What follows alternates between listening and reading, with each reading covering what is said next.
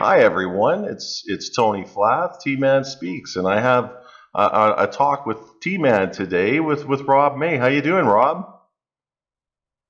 I'm great, Tony. Thanks. How are you? Very good, thank you. Very good. Rob and I connected. We connected through work and effort that we've done around social media, online.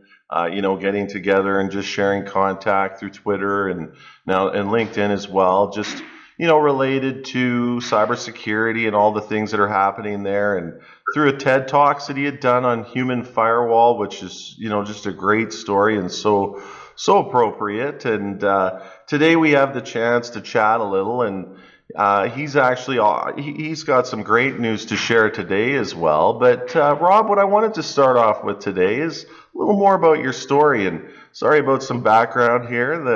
The studio's had some challenges, and there's some maintenance workers working at the studio site, which is really my suite. And then I'm down here in a common area, and some people are playing pool, so you can hear some balls going in the background there. It's kind of funny. But at any rate, let's turn it over to you. Let's hear your story. How did you get to be where you're at?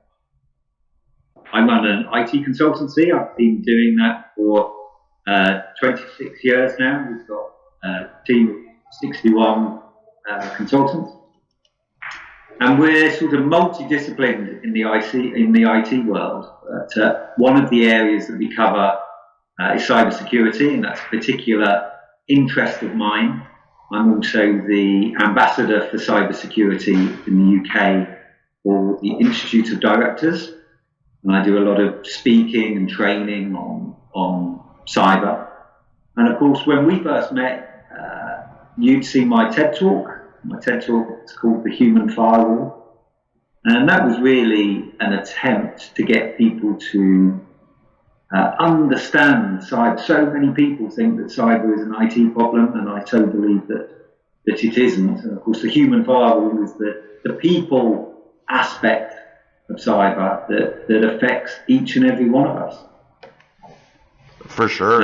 Today, yeah. So, the TED Talk's been fantastically successful. I've got about 115,000 views now, and it just continues to grow. So that's great. And then off the back of that, I released my first book. My first book was called "We're All Porn Stars," and that got lots of attention. Oh yeah, for sure. You got my attention when I watched that line right there. Yeah. And that's great. And it does get people's attention. But one of the bits of feedback that I got was, I loved this. It was really powerful. You got my attention, and now I understand. But I'd like to share this perhaps with my children, and I don't want to have a porn star conversation with my children. Unfortunately, I didn't think of that. So shortly after I launched the first book, I was on a busy train going into London with my 9-year-old daughter. And she said to me, "Daddy, am I a porn star?" Oh my. No. Anyway, so this weekend I launched my second book, which is still based on the TED Talk. But this book's called The Human Firewall. And it contains all the same messages, apart from I've excluded any references to porn stars. And I use a scam which was out a few weeks ago when we had the royal wedding here, and it's to find out what your royal wedding invite name was, and it's the same principle.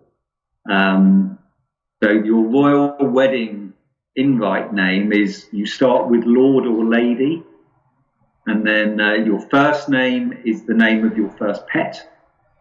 Your surname is your mother's maiden name. And then you follow that with of, and then your favorite place. So, of course, you end up with this very royal sounding name. And again, lots of people were filling this out on Facebook and the like.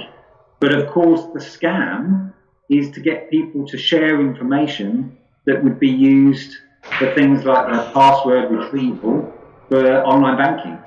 Yeah. People take part because it's fun and the results are amusing, but But of course, as you and I know, the purpose of this is sinister, and it's a form of social engineering, and it's rife in cybersecurity.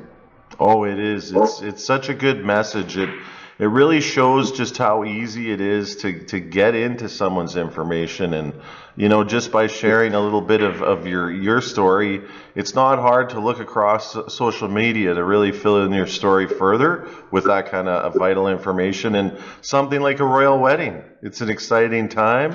Everybody's all built up around it.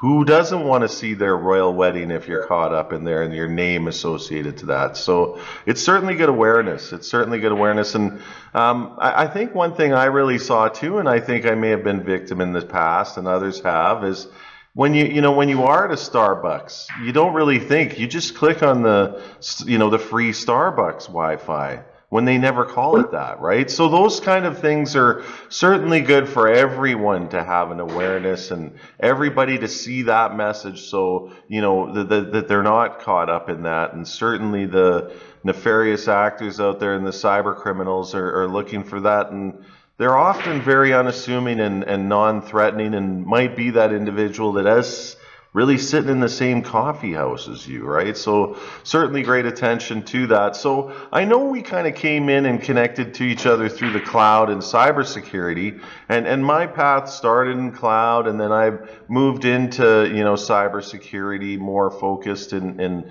the last few years. How did your path kind of lead you to the cybersecurity world? Be certainly curious for that, and certainly curious for other people that are looking at career changes, or certainly cybersecurity is a ripe area for employment. So certainly love to hear your story further.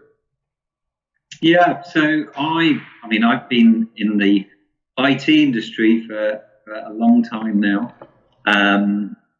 And I've run my business Ramsack for 26 years. Obviously, in 26 years, the IT game's changed an awful lot. Cloud as we know it now certainly wasn't around 26 years ago. Because cloud has been around longer than a lot of people believe. Yeah, it sure has. Yeah. When I first started selling cloud, it was called hosting. But the industry changes, the industry matures, and over that time, we work with lots and lots of businesses, and unfortunately, I see more and more cybercrime, and it became a bit of a passion of mine to just get educated on this and to help people. And the mission of my TED Talk was to just help get people to discuss it. PwC do a global study of CEOs. It's the annual CEO report. And in the last report that they did, it showed that 60% CEOs rank cybercrime as their #1 risk to growth. And yet, only about 12% of businesses ever have cyber on their board agenda. And the two things just don't add up. People are concerned about it, but they're not talking about it. A terribly small percentage of businesses have a published and tested cyber response plan. So I progressed into the cyber world through awareness, experience, and by talking about it. I got involved with the Institute of Directors over here, and working with government, with the National Centre for Cybersecurity. I became the ambassador for cybersecurity in the UK for the Institute, and that's great because it enables me to talk and work with various universities and different businesses, just talking about the risks and what we can do about it. That's fantastic. That's fantastic. So that's some great experience and some great exposure that you've had out there. So from, individuals that are looking to maybe make a career change or looking at cybersecurity, maybe they've worked in IT and, it's an area that they have some interest like yourself when you had that first early initiative and interest, and now with a big practice that you've built out there, what are some things that you would recommend to individuals, and maybe even some courses or some different ideas that might help, enable them to go after and get into the industry? Okay, so I think certainly in the UK, there's a lot that you can do via the NCSC, which is the National Centre for Cybersecurity, right? And they have various offices around the UK, often linked to universities. So so I'm based in Surrey, just outside of London, and here we've got the Surrey Centre for Cybersecurity, and they do lots of training. I think one bit of advice that I would give, and it's where I always get positive feedback, is I think that many people in the industry try to make subject too complicated. And I think they try to show how good they are by being overly techy. And that's great, but that's not the man on the street needs. And I think, I very much believe if you can't break something down and explain it in simple terms, that means that you don't understand it well enough to do that. And I think there's far more art in simplifying the message and enabling people and helping people feel good about it. It's this balance, I think, with cyber, in terms of part of it is we do need to worry people. We do need to make people take this seriously. But you don't want to leave them so scared that they feel that they're defenseless. Right. You need to help them.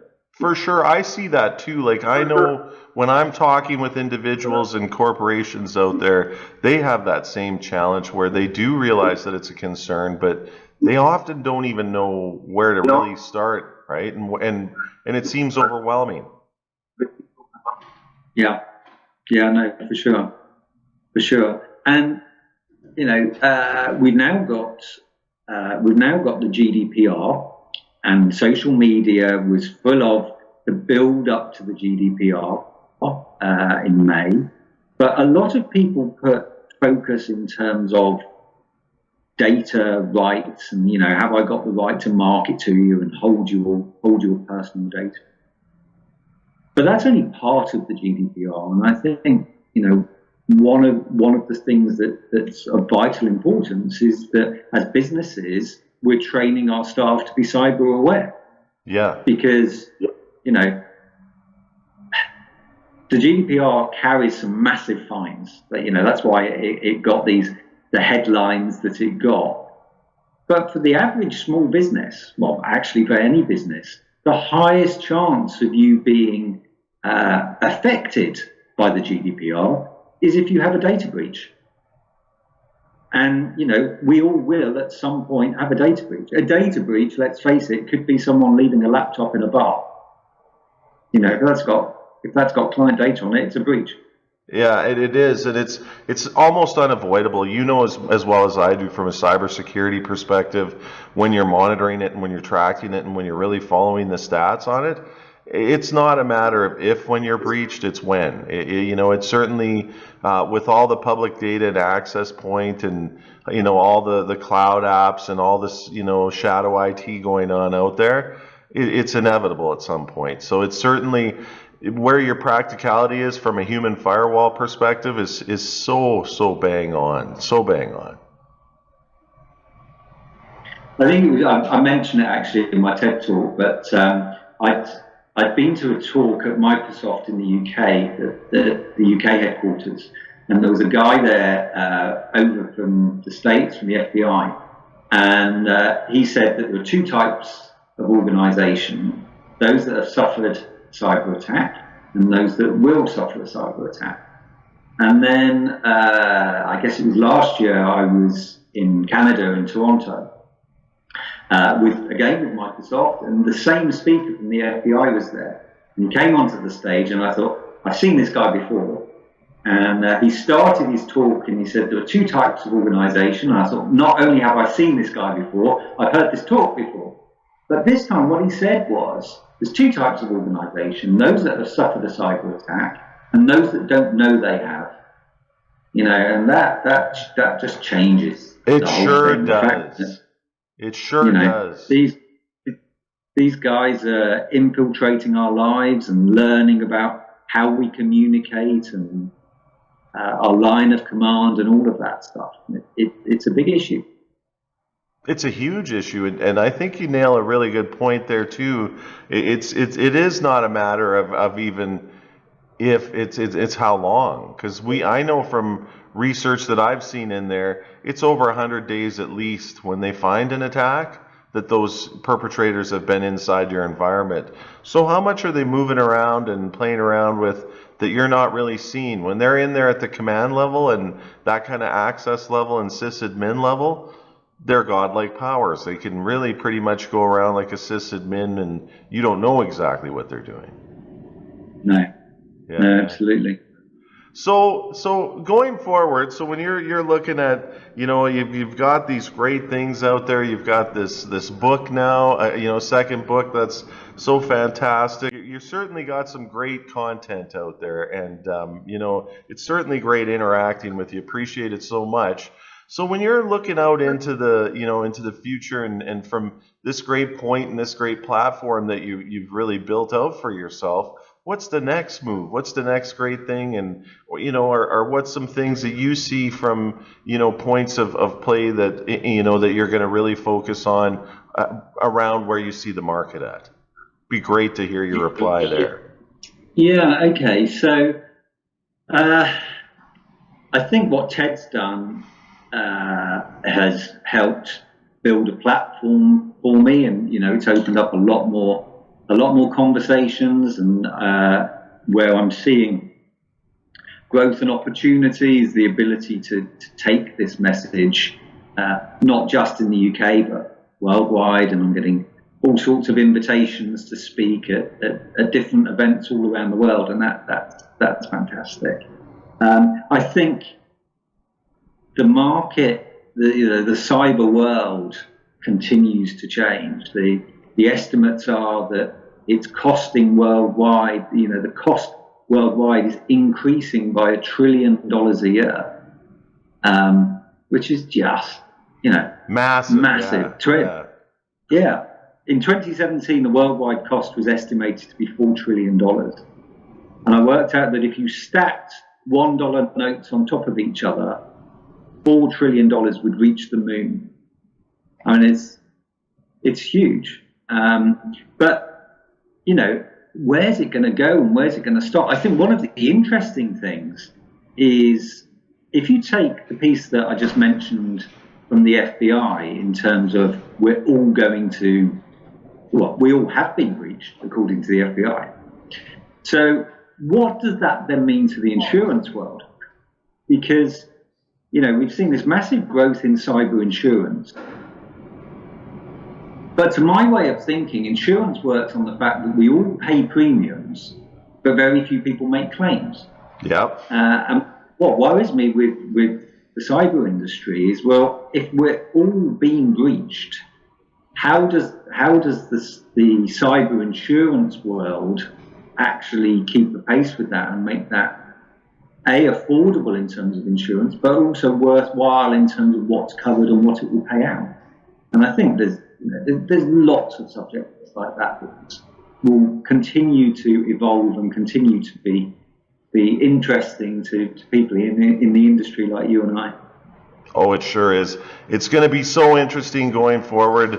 I know that Val Berkovici there and I had this chat, and on trust with data, and he was opening it up from a whole world of when you look at in Internet of Things, and you look at like self-driving cars as just an example. When you look at how many points are interacting there in order to manage that, and the sensor data info and everything else, the amount of information is just growing en masse. So to try to control that and, you know, have controls and abilities around that, certainly it's a, you know, it's an ever evolving, changing world with a lot more points opened up for, you know, cybercrime and different things around that. So certainly appreciate your insight there. And last minute here, what do you want? What's great last message you want to leave, and we'll sign off.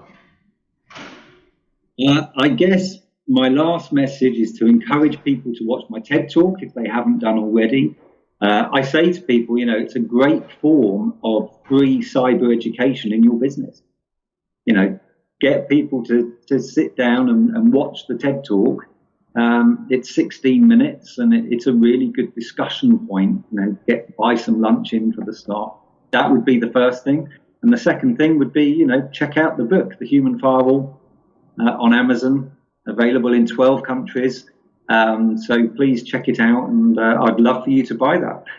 Absolutely. I'll be checking it out. Well, thank you so much for your time. I certainly concur with you. The video is something that organizations should just put into their training. When they're doing orientation and they're talking about cybersecurity and they're talking about awareness, I think this 16-minute video on your TED Talks is something that should just be embedded in. It's a high value. I'm glad to hear that the views are way up, you know, getting up there, and you're having a lot of great success with it. And, you know, certainly look forward to, you know, seeing your message get out there further. And thanks so much for the time today. Really appreciate it.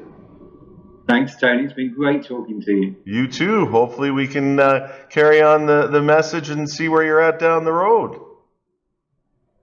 Take care. Excellent. Many thanks. You bet. Bye now.